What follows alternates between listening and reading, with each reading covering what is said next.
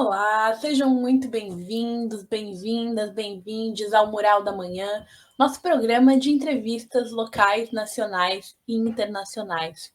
Peguem seus cafés, sua água, seu chá e nos acompanhem em mais esse Mural da Manhã, hoje falando sobre liberdade religiosa, sobre ataque, as ameaças nazifascistas em Santa Catarina, mas a gente também vai falar um pouco sobre o que tem sido esse crescimento do nazifascismo no nosso país e esses constantes ataques a migrantes, a negros, a negras, a religiões de matriz africana e aos direitos humanos em geral. E para falar sobre isso, eu tenho aqui a honra de chamar para a tela Erli Camargo e Márcio de Souza, que são aqui colunistas, membros da nossa equipe do Portal Desacato. A Erli Camargo é defensora de direitos humanos do MNDH de Santa Catarina, presidenta do CDH Santa Catarina e do DEA em Direitos Humanos. Depois eu vou pedir para ela explicar essas siglas. E o Márcio de Souza, que é ativista do Movimento Negro de Santa Catarina, é ex-vereador do PT de Florianópolis, professor e secretário de Igualdade Racial e Combate ao Racismo do SINT de Santa Catarina. Sejam muito bem-vindos.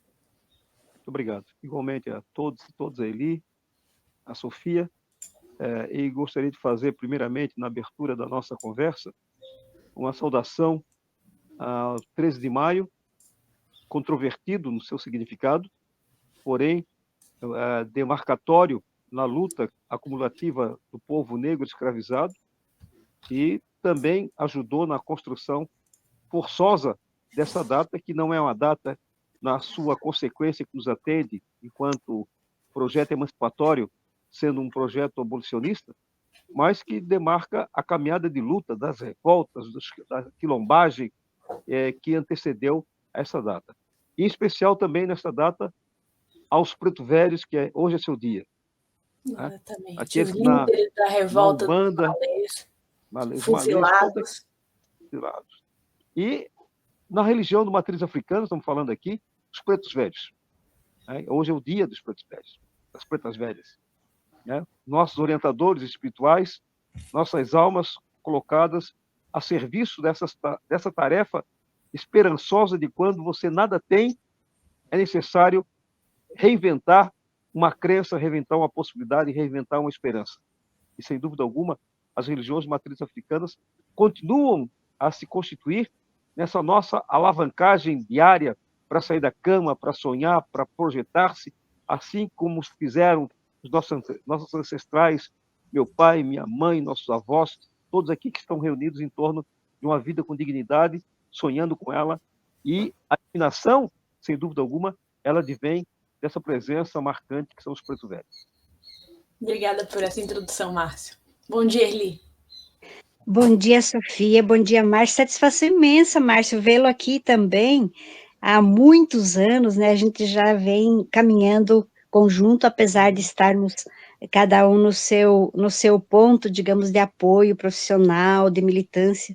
Sofia, obrigada pelo convite. Eu aproveito, então, já para pegar a linha de raciocínio do Márcio, né?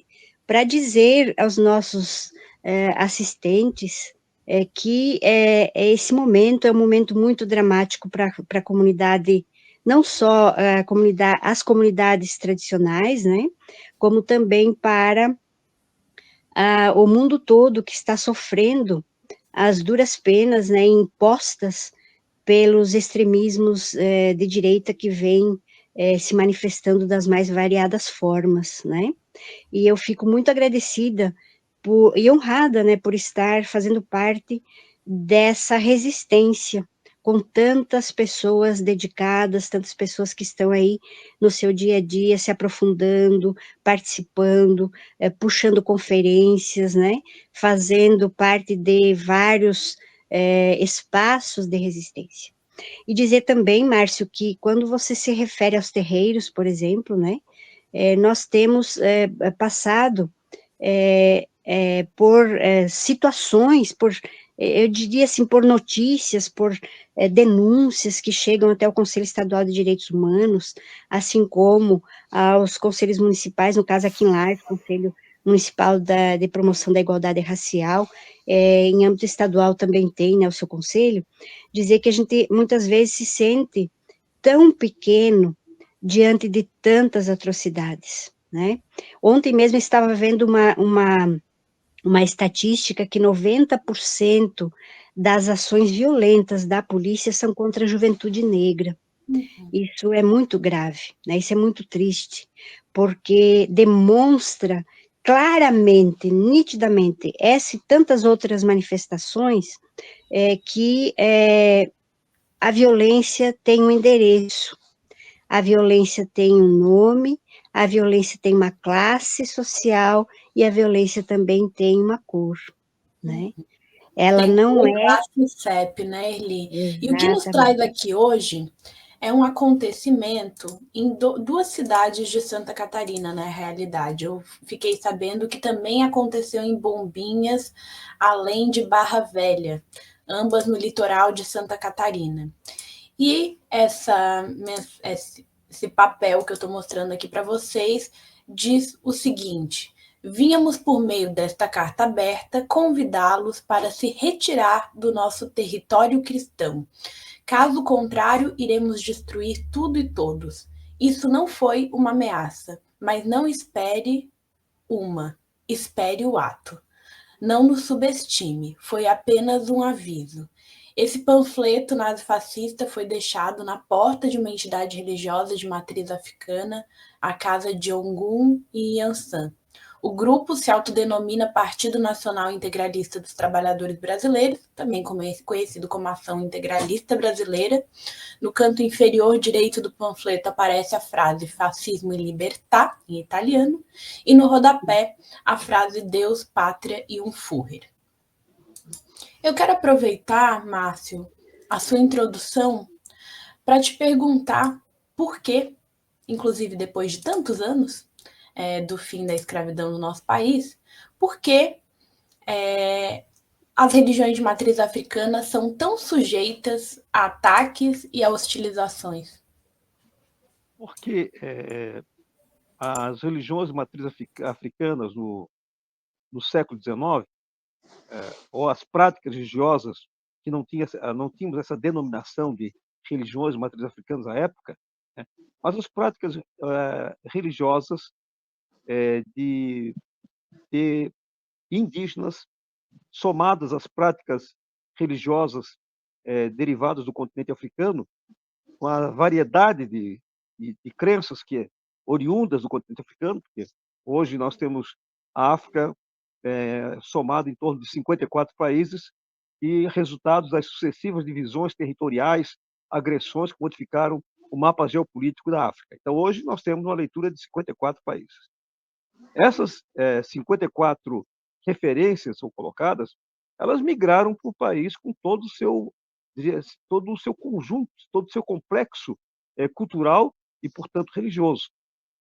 E no Brasil, como em outros lugares do mundo, na diáspora, a religião se constituiu numa referência aglutinadora que possibilitou um projeto de continuidade, de recomposição da vida, da recomposição da humanidade e de um sonho de uma nova sociedade, porque aglutina, junta, confere, troca, sonha coletivamente, esperança coletivamente.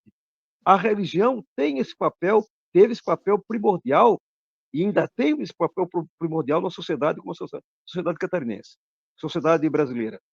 E adiante, com o advento da abolição, nós tivemos no início do século XX a construção de um outro espaço cultural influenciado também pelas religiões oriundas de África, que foram as escolas de samba, que deu vulto, multidões colocadas no eixo São Paulo, Rio de Janeiro. A natureza dela Rio de Janeiro de monta, mas o samba ele também tem uma vertente do recôncavo baiano, que ali desce, que faz residência e ganha projeção nas terras cariocas. Tá? E de lá se espraia para todo o Brasil. Então, esse motor, esse eixo cultural, aglutinador e, portanto, político, que as religiões sempre representaram, dentro da leitura que o sistema organizou de perseguição, de destruição, porque ao fim da jornada da escravidão oficial, se fazia cálculos do desaparecimento da população negra no território nacional. Né? Por volta de 30, uma planilha dizia que não existiriam mais negros no Brasil, né? Que houve um incentivo de miscigenação na perspectiva de um cálculo genético também, que não leram Mendel, né? Para poder pensar a genética, que os negros, no cruzamento, haveriam de esmorecer diante da outra ordem genética derivada da Europa. Tá? Então, como não deu certo o extermínio, tanto que o Brasil ele ficou, um político do Itamaraty, ele impedia o ingresso de chineses e de africanos, né, como novos membros da sociedade nacional. Foi proibido a migração desses povos oriundos de Ásia e oriundos de África, para criar o projeto genuíno europeu branco colocado. Então, todas as questões relacionadas às matrizes africanas, elas fogem, elas driblaram, né, com uma boa ginga, um sistema que estava predestinado à existência de não negros no Brasil. Então, agora que nós estamos assistindo, estou dando uma galopada aqui, acelerando para chegarmos até esse ponto, o que nós estamos assistindo é um cálculo que já tem estabelecido no crescimento no mundo dos países africanos em população. A condição demográfica de África é de crescimento. A condição demográfica do Brasil é de crescimento dos negros. É suplementação dos 56% que estamos aí a poder chegar a 80% da população nacional. Para evitar isso, as outras atividades, intenções, abandonos que foram postas contra a população negra durante todo esse tempo pós-abolição, né, todo o abandono de saúde, de educação, de trabalho, de emprego, de renda, de moradia, tudo isso, agora eles investiram de maneira radical no assassinato da juventude, que são jovens de 18 a 24 anos, período de fertilidade. Então, é necessário eliminar os negros, jovens, homens, para que se evite a fertilização, se evite a ampliação da população negra em todo o território do continente. Essa é a questão que está de fundo. Eles já sabem dos cálculos. O Brasil cresce vertiginosamente a questão da população negra nacional. Salta aos olhos. A África também tem esse cálculo já estabelecido na progressão do crescimento. Então, nós estamos diante de um genocídio que está sendo anunciado há muito tempo, há quase 20 anos. Os movimentos negros no Brasil vêm denunciando sistematicamente o genocídio. E as polícias cumprem papel estratégico como sempre cumpriram.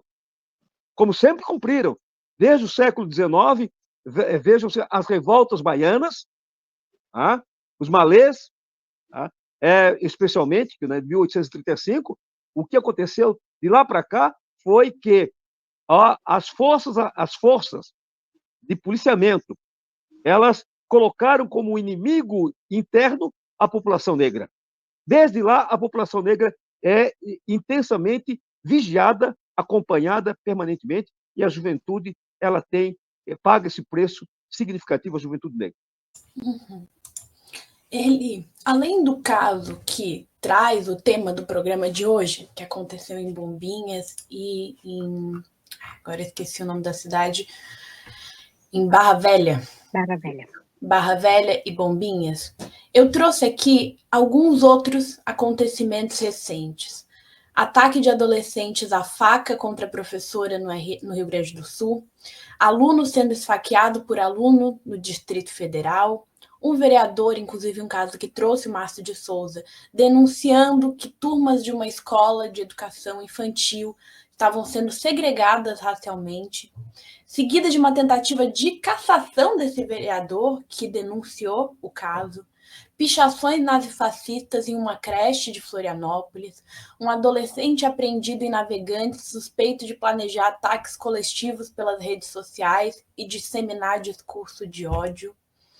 Eu queria te perguntar se o Conselho Estadual de Direitos Humanos e você vê uma correlação entre esses casos, se pode se estabelecer uma correlação entre esses fatos, e como que o Conselho tem observado isso. O que fazer frente a esses casos de agressão e de violência, que muitas têm um caráter, não todas, né, mas um caráter nazifascista? Então, Sofia, eu não posso seguir adiante sem fazer um link exatamente com a fala do Márcio. Permita-me, Márcio, acrescentar um pouco aqui dos elementos que tem a ver com a religiosidade e que tem a ver com o que a Europa exportou, né? E principalmente uma coisa que é curiosa, gente, mas vão estudar a história para que vocês possam constatar essa realidade. Quando da Inquisição Espanhola, que foi uma das mais terríveis, né, na Espanha, contra ciganos, contra estrangeiros, contra principalmente a população judaica na época, muitos judeus vieram para o Brasil como degredados e exilados, etc. Por que que isso é curioso? Porque alguns costumes que nós temos hoje no país, enraigados, eles fazem parte de uma mistura da católica com o judaísmo, que estava presente na história e que veio para o Brasil e que dentro das famílias se mantiveram. Se nós formos fazer uma busca dentro das nossas famílias, nós vamos encontrar, inclusive, objetos que fazem parte da cultura judaica. Ponto. Outro parágrafo. Se nós formos olhar a história brasileira, a história da infância brasileira, nós vamos encontrar dados muito curiosos também com relação a quem podia e quem não podia procriar.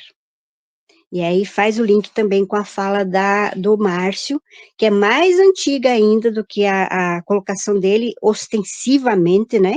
Porque daqui, de onde o Márcio falou para trás, a gente vê uma coisa mais mesmo de contenção, de controle social do branco contra os demais. Aconteceu com os índios e aconteceu também, e acontece, eu ouvi agora há pouco a Vanessa Brasil falando, né? A escravidão apenas se modernizou, porque nós temos ainda muito disso. E a pergunta que você faz é muito pertinente, quando diz como é que o Conselho tem trabalhado isso, como é que o Conselho vê isso. Gente, nós estamos num pós-missão do Conselho Nacional em Santa Catarina sobre as células neonazistas. E, pasmem, ainda não foi possível concluir o relatório do Brasil.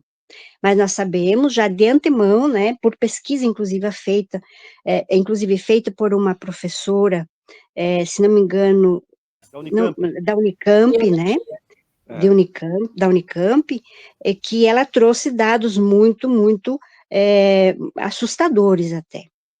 Então, quando eu vejo todo esse cenário e conhecendo a história, ou pelo menos me esforçando para conhecê-la, né, e vendo aquilo que a gente pode realmente, de fato, fazer, às vezes não passa de denúncias, de encaminhamentos. Vou dar um exemplo. O doutor Jádeo, que é um promotor do Ministério Público, que estava fazendo um trabalho bonito na coordenação das investigações, e que fazia link lá com o DEIC, né? Ele, assim que a missão, coincidência ou não, né? Assim que a missão do Conselho Nacional se encerrou em Santa Catarina, não demorou 2, 3 meses, ele foi trocado de setor, né? Então a gente pergunta, por que será? Porque realmente tinha a ver com as investigações da internet, né? O cyber, enfim, os crimes cibernéticos, e isso se espraiava para todas essas questões aí que está sendo colocada. Então, hoje, o que está acontecendo nas creches, nas escolas, contra professores, contra crianças, inclusive, contra o patrimônio público, que quando você faz uma pichação no muro, você está fazendo um crime contra também o patrimônio público, sem contar o conteúdo desse crime, que daí já é muito mais terrível, né, muito mais problemático. Então, eu não me admiro que essas questões, elas se repitam, porque num plano estratégico maior, óbvio, nós temos o eurocentrismo, nós temos o teocentrismo aí, que daí nós não podemos também deixar de lado, e eu não tenho nenhum problema em dizer que, por exemplo, em Barra Velha, só para ilustrar com exemplo, na penúltima, perdão, conferência estadual da juventude, que aconteceu aqui em Lages, aqui nas dependências da UDESC, Campos de Lages, Barra Velha veio com 80 jovens evangélicos querendo tomar de assalto a temática da conferência. E não deu como eles imaginavam, porque a gente teve ali uma atuação firme dentro do regimento da conferência, mas eles atrasaram quase meio-dia da conferência, porque eles queriam levar muita gente para Brasília, se é que me entendem. Na sequência, nós observamos, então, a questão das votações, para quem que vota, quem hoje na Assembleia Legislativa, por exemplo, tem a maior votação e quais são as pautas que essa pessoa defende. É notório e sabido, está aí para quem quiser ver. Então, o desafio que se coloca para nós, nos conselhos, sobretudo no de direitos humanos, é o desafio de dialogar com os demais conselhos, que trabalham temáticas afins, para a gente, um dia, e eu espero que seja muito logo, né, um dia a gente consiga ter pautas comuns, onde a gente discuta no mesmo local a decisão conjunta que vamos tomar como conselho, para a gente realmente fazer controle social das políticas, porque nós sabemos que quando se barra uma conferência, quando se emperra um processo legislativo que diz respeito a um avanço que vai melhorar as condições de atuação do controle social, e tudo mais que está aí desenhado, está aí para todo mundo ver, né, basta entrar lá, por exemplo, no site, no portal da Secretaria da SAS, né, vai ver lá todas as atas, todas as plenárias que aconteceram de todos os conselhos, e vai ver quais são os pontos. Eu colocaria assim que, para pesquisa, inclusive, quem é estudante que quer fazer pesquisa, pode entrar lá e fazer pesquisa, assim, direto nas atas, e ver que tem conselhos debatendo os mesmos temas e que não consegue avançar, né? Não consegue avançar. Então, nós temos recomendações, inclusive, recomendações sérias, que vêm do Mecanismo Nacional de Prevenção e Combate à Tortura, e que são recomendações do CNJ, recomendações daqui, do Conselho Nacional de Direitos Humanos e tudo mais, e que em Santa Catarina parece que as coisas não andam. Aliás, parece não, né? A Defensoria Pública, por exemplo, foi a última a ser implantada, né? Temos uma carência enorme, inclusive, de defensores ainda, por conta da quantidade de população, da quantidade de comarcas, da quantidade de núcleos de defensoria, e nós temos, então, problemas gravíssimos nessa área, não dá para fechar os olhos. Eu sugiro, então, que leia a história da criança e do adolescente brasileiro. Eu sugiro que leia, por exemplo, uma obra muito interessante de um promotor que se chama 500 anos de escravidão no Brasil. São dados históricos que não podem ser deixados de lado por quem quer que seja que queira estar na resistência, que queira estar fazendo uma leitura mais coerente e mais honesta, intelectualmente falando, daquilo que é a realidade. Nós não podemos negar, ela está aí. As pessoas estão se odiando, por quê? Nós vamos buscar na história e vamos encontrar a resposta. Ali o colocou aqui, Márcio, que é muito claro que há um projeto da branquitude para se apropriar do mundo desde há pelo menos 2 séculos. Eles controlam as instituições criadas por eles mesmos à sua medida. Eu queria fazer uma relação. Opa. Caiu? Travou, Sofia Travou, travou. Sofia, travou. Opa! E agora? Voltou? Agora deu. Voltou. Voltou. Ótimo. Eu quero fazer uma relação com o que falou ali, mas antes trazer um histórico. Se eu travar, vocês me avisem. O histórico é que em 1923 já havia núcleos neonazistas né, em Santa Catarina. Em 1933, quando Hitler ascende ao poder na Alemanha, esses núcleos se transformam em células do Partido Nacional Socialista dos Trabalhadores da Alemanha. O integralismo vai surgir em 32, né, com o Manifesto do Plínio Salgado, e em 37 já havia 102 mil camisas verdes em Santa Catarina.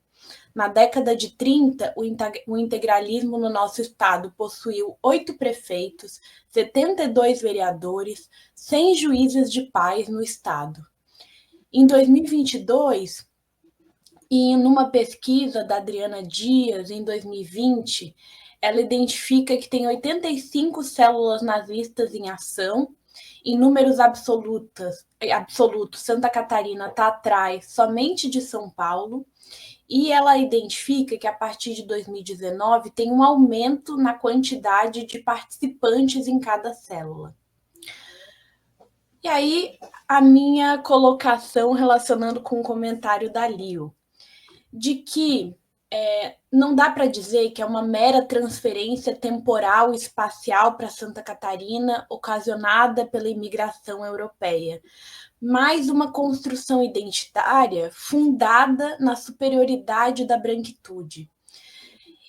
Penso que uma história única catarinense não se sustenta, a não ser como uma ilusão, mas é inegável, né, a força que teve o nazifascismo no nosso estado. Mas é importante dizer que em Santa Catarina não há só nazifascistas, não há só brancos, muito pelo contrário.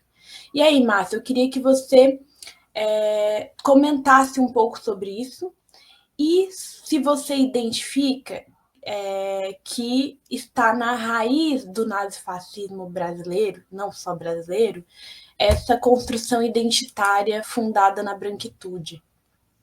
Olha, eu tenho me dedicado muito a refletir sobre isso, a falar sobre isso, e tenho, felizmente, provocado alguns constrangimentos, né?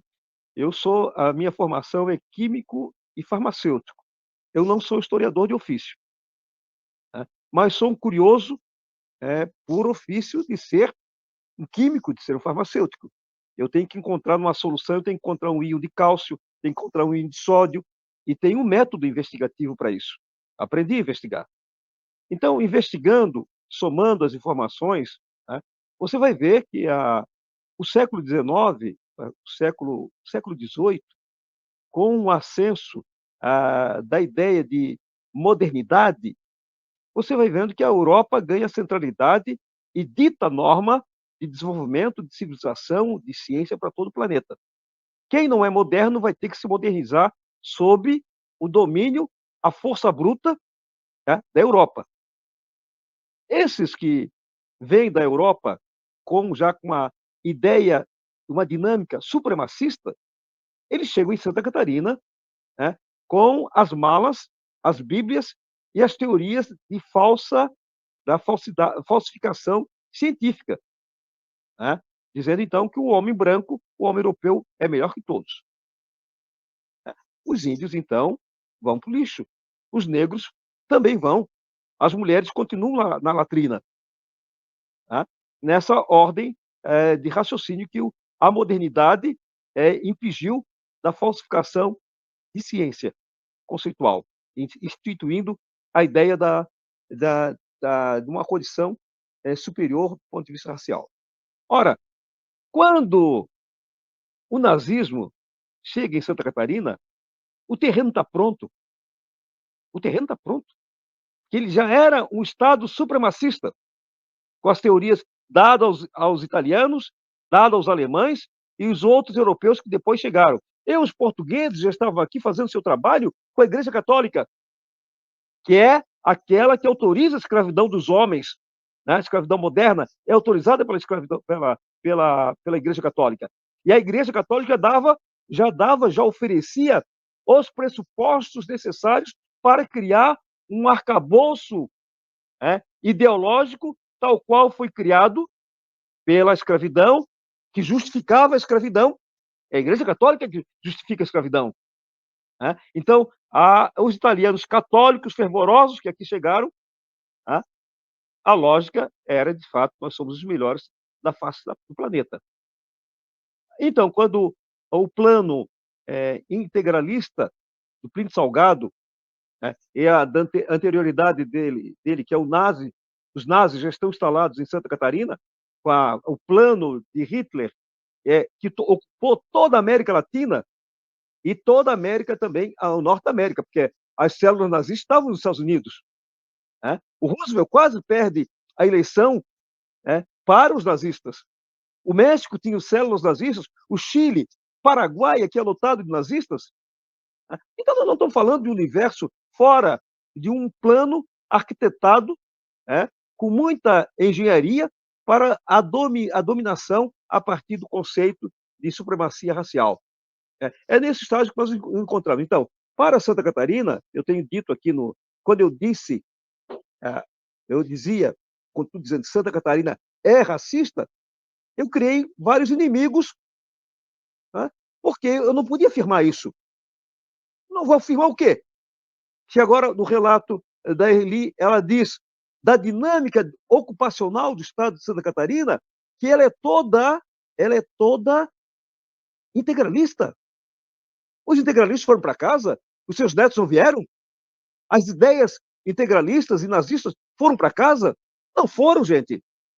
Elas estão nas instituições, elas estão na sociedade, elas estão na igreja, elas estão no clube de futebol. Clube de futebol, elas estão. Então, a possibilidade de enfrentar toda essa sorte de situação é uma regra que segue para todo mundo. É a regra da ampliação da capacidade de resistência política das massas atingidas por esse flagelo.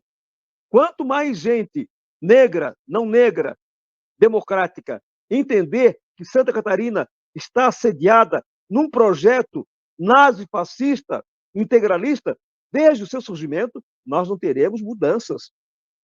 Não se iludam, não nos lidamos partidos de esquerda de Santa Catarina, vocês vão colocarem no seu conjunto de formação a ideia de que a natureza fascista ela está colocada desde o berço da construção do Estado. Vejam o seguinte, agora eles querem mudar o hino de Santa Catarina. Nós não falamos aqui sobre isso? Nós não falamos sobre isso aqui ainda. Por que eles querem mudar o hino de Santa Catarina? Dia desse eu estava lendo o hino de Santa Catarina. Lá no Instituto de Educação, no painel, está o hino de Santa Catarina. É porque o hino de Santa Catarina fala de liberdade, fala de igualdade, fala de rompimento com a escravidão, fala de quebra de grilhões, fala de uma outra sociedade. É por isso que o hino de Santa Catarina incomoda os fascistas de plantão, os ideólogos de plantão. Então, nós estamos, que eu chamo aqui, Santa Catarina, é uma modalidade daquela expressa como aquele filme Mississippi em Chamas. Santa Catarina é Mississippi em Chamas. Quem não assistiu, vai assistir. Quem não leu,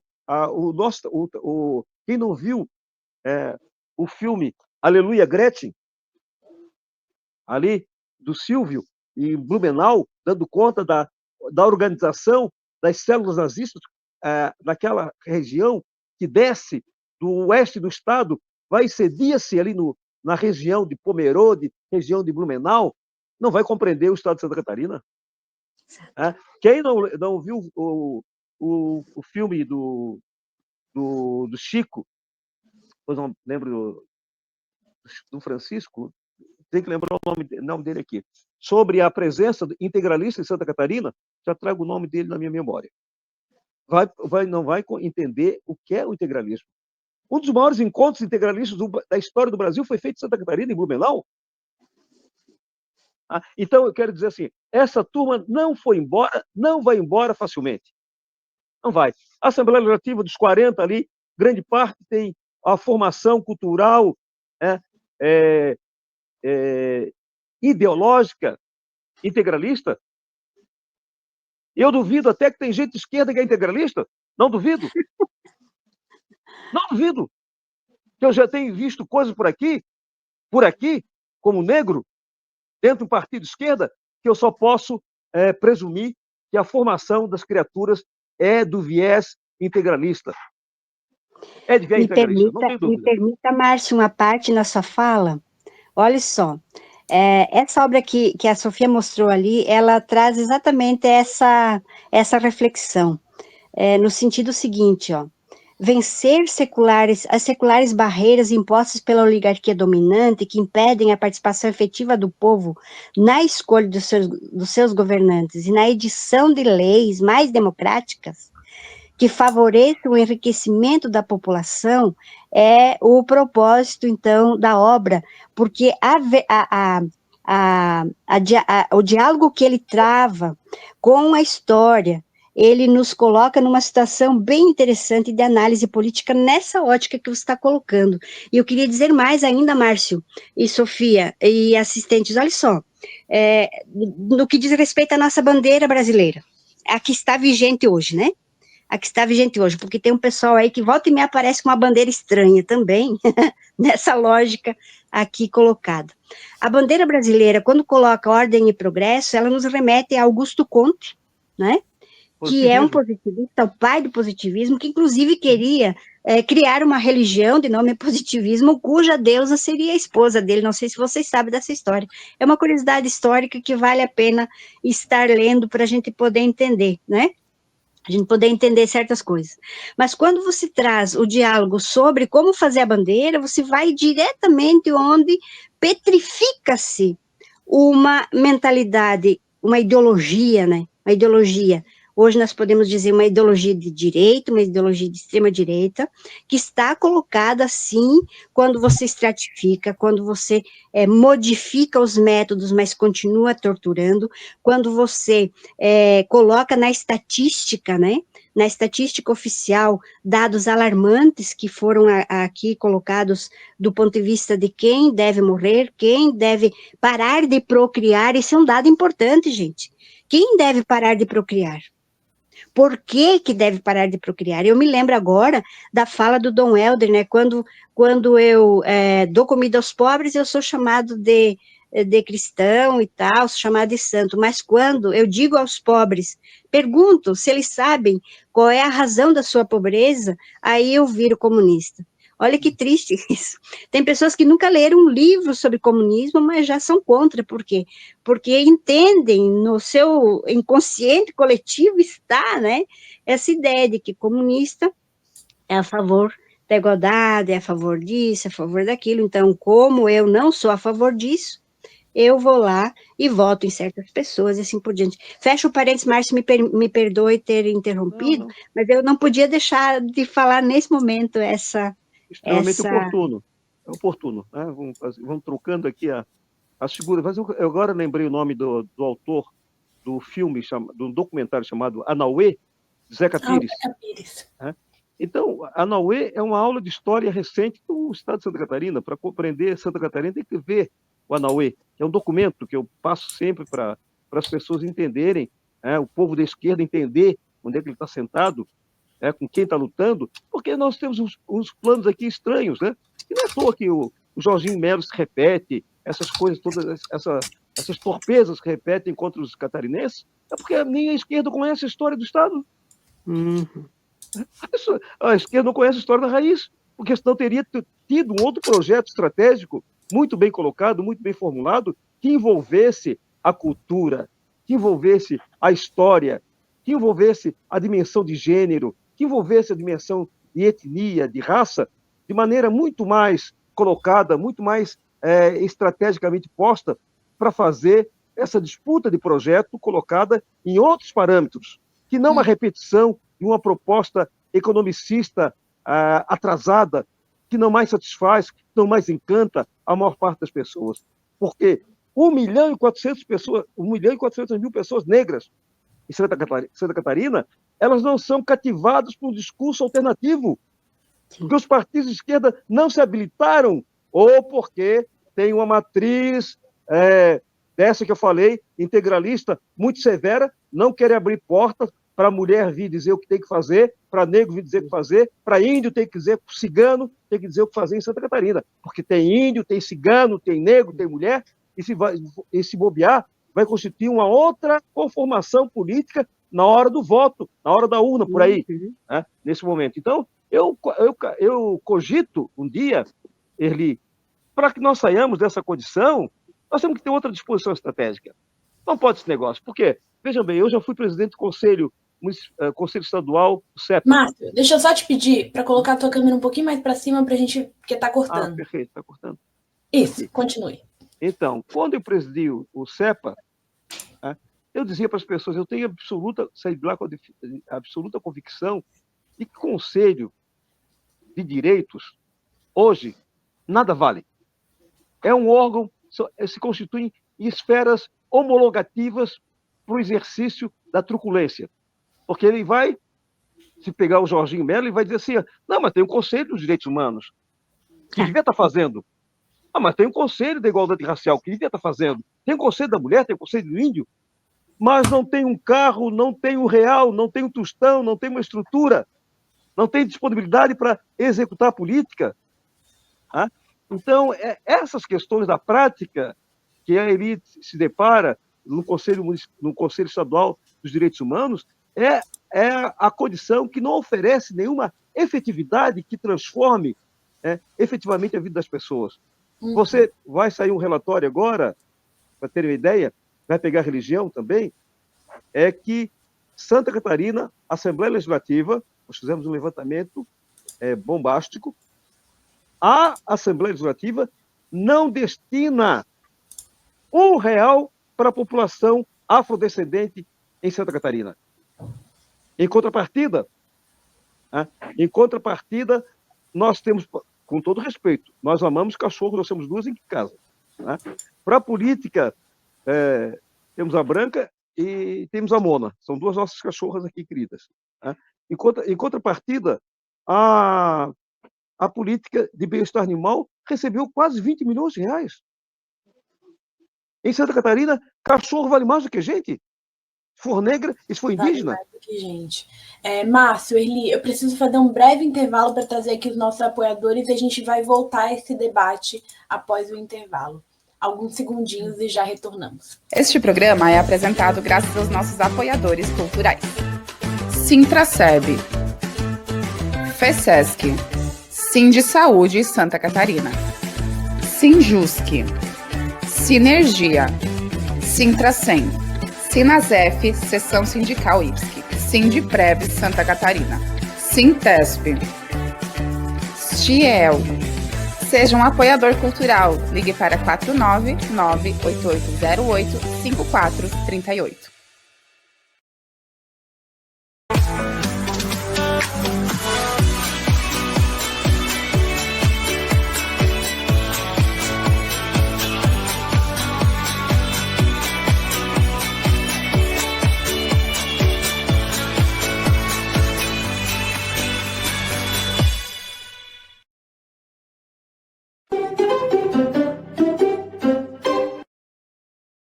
Antes de retornar com a entrevista, eu quero agradecer muito aos nossos apoiadores culturais, responsáveis por a gente conseguir realizar o nosso trabalho todas as manhãs, aqui na Manhã com Dignidade, também à noite, na Noite Livre do Portal Desacato, nas nossas redes sociais, sempre com conteúdos, e no nosso portal desacato.info. Se você faz parte de uma entidade, sindicato, e pensa que a entidade gostaria, poderia apoiar o Portal Desacato, entre em contato com a gente, o nosso número vai aparecer aqui na tela, é o 98807-7742, quase passei o meu contato do WhatsApp.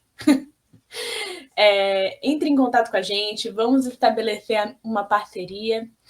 E se você não faz parte de uma entidade, mas nos escuta, nos lê no Portal Desacato, nos ouve e gostaria de contribuir com esse portal, você pode fazer um Pix através do desacato.contribua.pix@gmail.com. Eu vou colocar aqui em cima na tela para vocês poderem ver e fazer um Pix durante o nosso programa. Também podem ser membros do nosso canal no YouTube. lá na nossa página do YouTube, Portal Desacato. Você pode nos seguir se ainda não nos segue e ser um membro ou membra do canal, contribuindo mensalmente com a gente. E a última forma de poder nos apoiar é através do nosso site, desacato.info.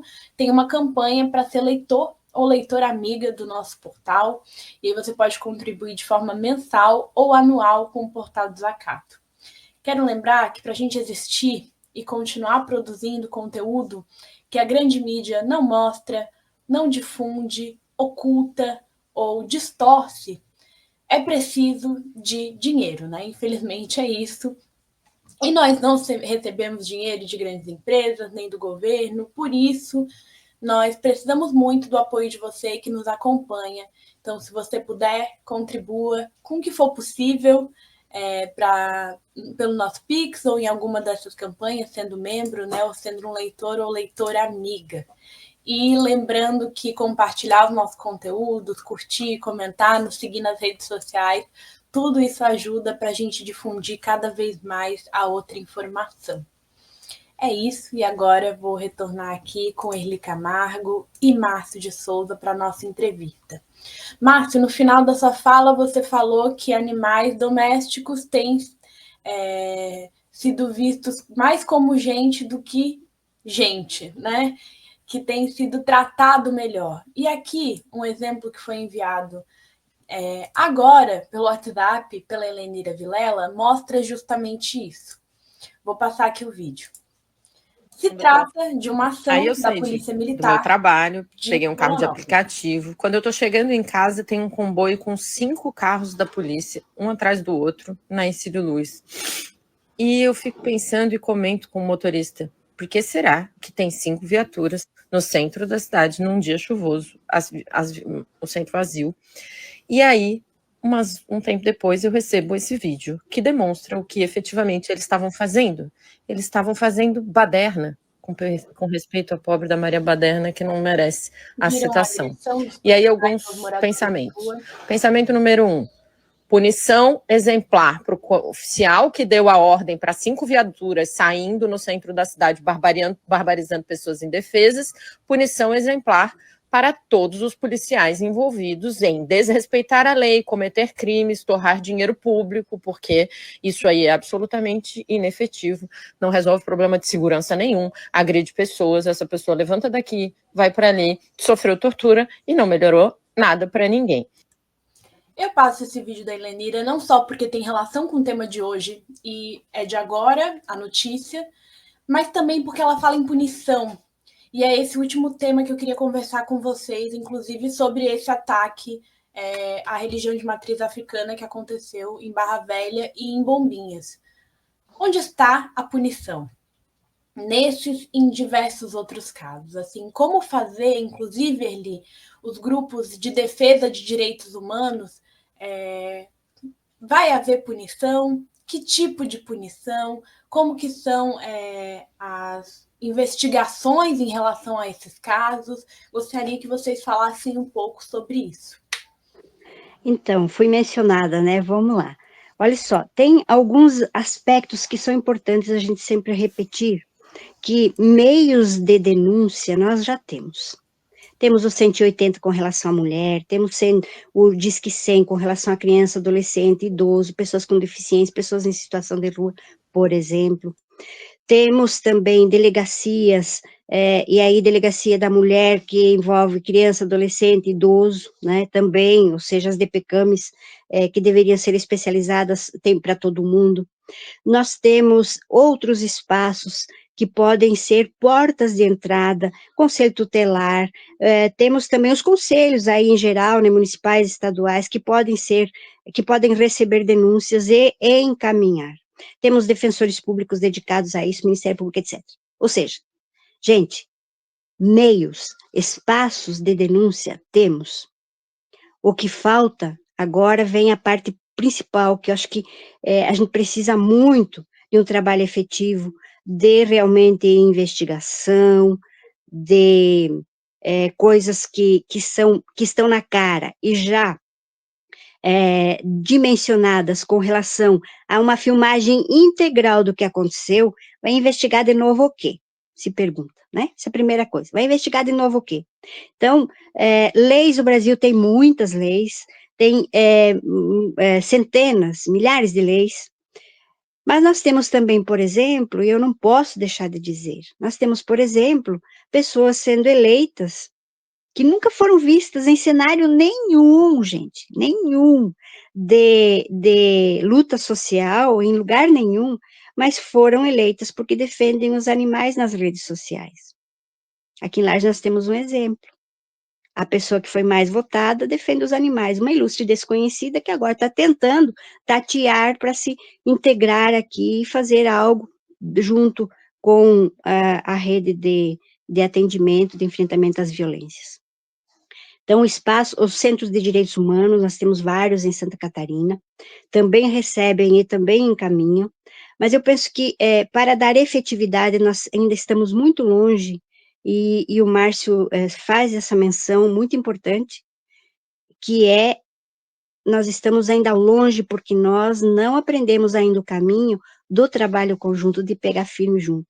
Quando você recebe uma denúncia, eu tenho adotado isso e tem funcionado, fazer uma denúncia, por exemplo, encaminhar um ofício para o prefeito Topázio sobre a questão da higienização aí em Florianópolis com relação às pessoas em situação de rua, mas o Topázio não recebeu somente ele, lá no gabinete dele, o ofício, recebeu também a assistência social do município, do estado, recebeu também o Conselho de Direitos Humanos nacional, também o Conselho Nacional da Assistência Social, também o Ministério do Desenvolvimento Social, o MDS, também o Ministério da Igualdade Racial, também o Ministério de Direitos Humanos e Cidadania, ou seja, mandamos para todo mundo ao mesmo tempo e dissemos, esse ofício está indo também com cópia para o Ministério Público do Estado de Santa Catarina, para a Defensoria Pública. O que resultou? Dia 16 agora, acontecerá uma reunião com todo esse povo que eu mencionei, na Alesc, para tratar do tema população em situação de rua.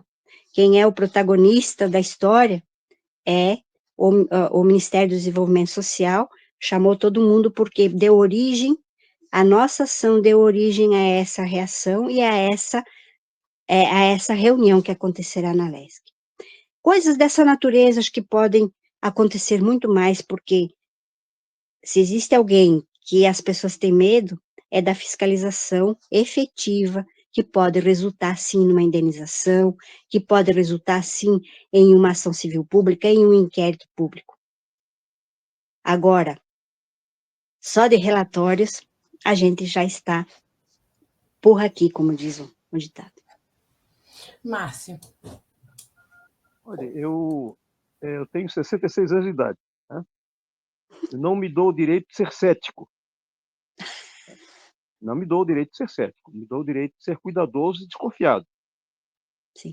Então, algumas situações que eu falo para a juventude, tenho que falar para a juventude, que ela não pode ter a passividade da minha geração. Ela tem que ter uma atitude mais pé na porta, né? Mais denuncista colocada, mais agilmente colocada, mais em movimento.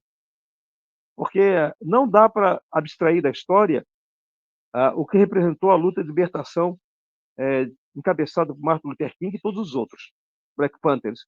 Não dá para abstrair a história de Nelson Mandela de movimentação social. Não dá para abstrair a condição de Gandhi de movimentação social, né? Não dá para abstrair as lutas baianas, as revoltas todas que por lá aconteceram, que por aqui aconteceram, os quilombos que foram montados, que são movimentações, né? Que são questionamentos sociais na rua, nas ruas, né? Mostrando a cara, né? Mostrando as faces comprometidas com a violência que esta aqui é posta. Porque as corporações, elas se protegem barbaramente. As corporações nazistas, fascistas, integralistas, elas se protegem. Elas têm mídias oficiais colocadas para dizer que é caso isolado. A polícia vai dizer que isso de ontem à noite, ali na frente do Teatro Álvaro de Carvalho, que a Elenira falou agora há pouco, né? A Elenira, minha ex-aluna no Instituto Estadual de Educação, né? Ela falou há pouco, eles vão dizer que é um caso isolado de um grupo de policiais. E a imprensa vai dizer que aquele comentário do Jornal do Almoço é um caso isolado, que a polícia vai apurar. Vai apurar quando a minha neta for avó. Né? Ela vai apurar lá, nessa ordem. Você não tem condições dessa estrutura de poder colocada, dessas ramificações, desses interesses todos, né, que vai dos três poderes, do judiciário, do executivo e do legislativo, não há espaço para os direitos humanos. Os direitos humanos são conquistas que se dão na rua, né, na denúncia sistemática, na apresentação dos responsáveis. Nesse império do voto, aí bem disse a Erli no finalzinho, eles têm medo da denúncia. Tem medo do deputado, daquele vereador, ser compadre, né, ser financiador, ser bajulador, ser legislador das causas fascistas, machistas, misóginas e por aí afora. Eu vi aqui no rodapé, agora há pouco, né, da tela, uma citação das pessoas que falando aqui, não sei quem foi que falou, em branquitude. Né? Ali a branquitude eu enxergo muito mal. Foi Lil. Tá? Eu tenho assim, tido muito cuidado. Eu conheço a Cida Bento, a psicóloga, a professora Cida Bento, que ela praticamente inaugurou, reconstituiu esse tema no Brasil há quase 35 anos, professora Cida Bento, e vem tentando dar robustez para o entendimento do que é a branquitude. A branquitude é posterior ao processo estabelecido pelo racismo, é uma sofisticação do racismo que está entre nós. Aí eu volto a falar. Hoje eu estou sendo provocado pelas reflexões. Eu volto a falar, porque a branquitude está em tudo que é lugar. Está na esquerda, está na direita, está no centro. A branquitude é um projeto que universaliza a manutenção e herda, né, as facilidades para um determinado grupo étnico. Né? Essa é a branquitude que está permeando a nossa vida. Então, não é só a branquitude que tem que ser combatida, porque se ela for combatida, ela deve ser combatida, tem que ser revelada, tem que ser enunciada o que ela representa entre nós até hoje. Mas é uma sofisticação do próprio racismo, a branquitude. E as outras questões ali dos indígenas, dos povos originários, essa coisa toda, é o que tem que dizer. Que o movimento negro foi o grande contribuinte, através desses 120 anos de lutas políticas, né, a trazer a temática das desigualdades étnico-raciais nesse país. Nós só temos igualdade racial, política de igualdade racial, porque foi lá do Abdias Nascimento, né, da sua época, da Frente Negra, né, que chegou até o governo Lula com o esforço magnânimo dos ativistas do movimento negro. Senão não teria política de igualdade racial, não teria conselho de igualdade racial. Né? Nós protagonizamos e muitas vezes ficamos aqui falando sozinhos. Muitas vezes. Porque, repito, ainda a ideia da esquerda não adensou ao que representam essas três faixas que nós lutamos. Né? Contra o racismo, contra as diferenças de classes sociais, né? E contra a discriminação de gênero.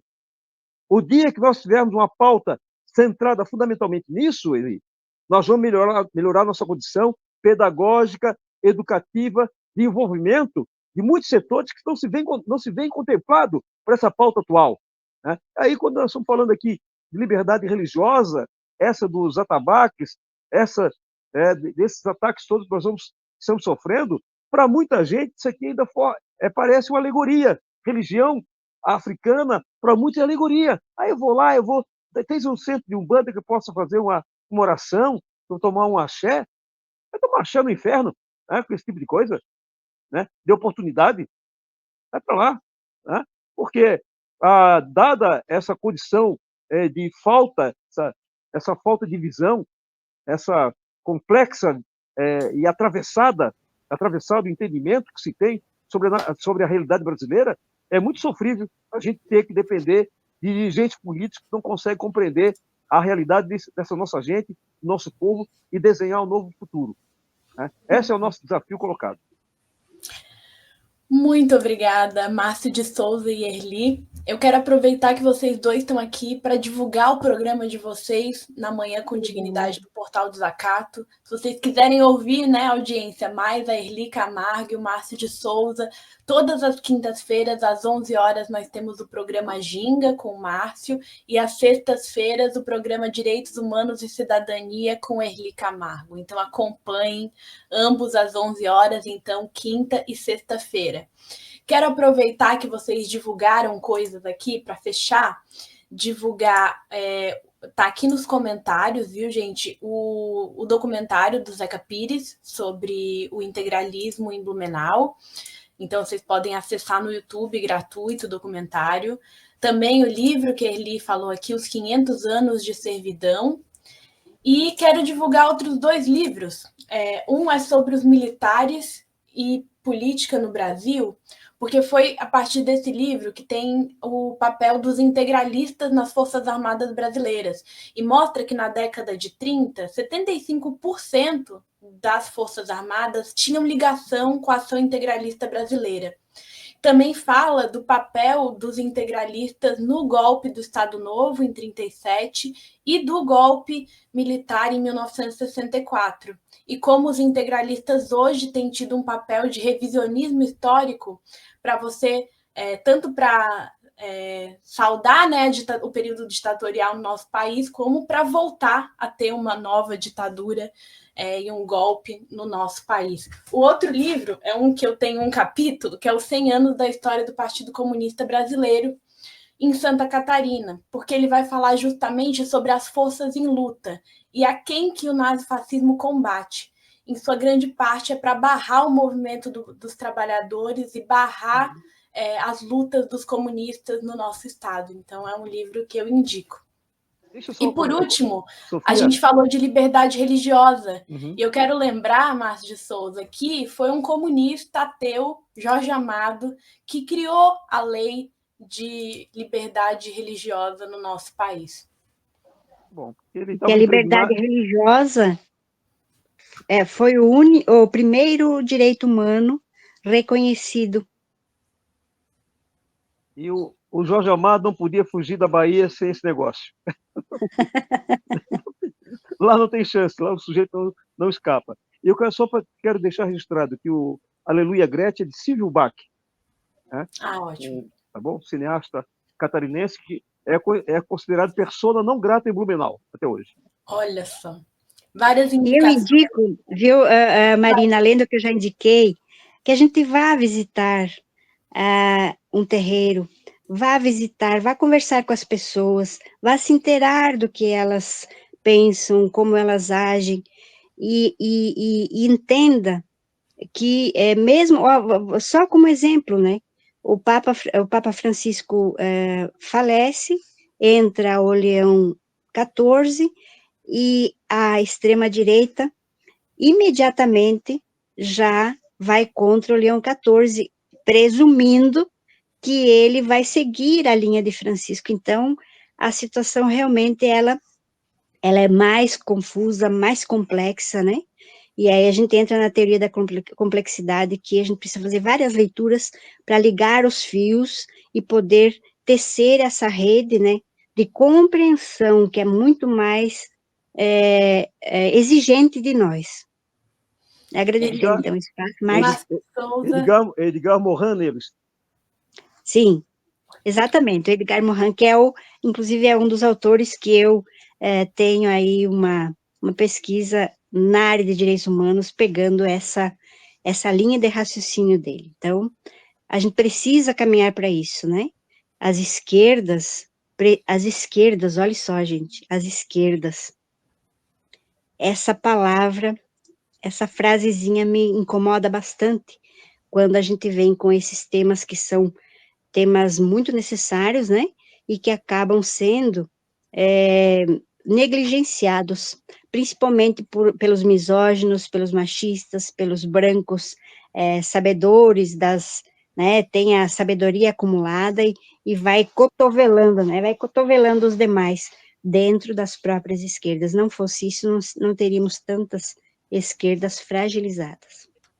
Muitos debates aqui em aberto no final desse programa, como vocês viram, Trago aqui duas pessoas que sabem falar sobre diversos assuntos e que com muita propriedade, então acompanho o programa Ginga e Direitos Humanos e Cidadania. Muito obrigada pela presença de vocês aqui hoje, muito obrigada à audiência, convido para hoje à noite acompanharem o programa da Noite Livre do Portal do Zacato, Passando a Limpo, com Amanda Miranda, às 20 horas, com o tema Compra Fora de Época para Viajar pelo Estado, mostra planos pré-eleitorais de Jorginho Melo. E nós nos reencontramos amanhã, a partir das 8h30, com o JTT. Um abraço, gente. Um abraço. Outro para vocês. Opa. Produção Portal de Zacato. Realização Cooperativa Comunicacional Sul.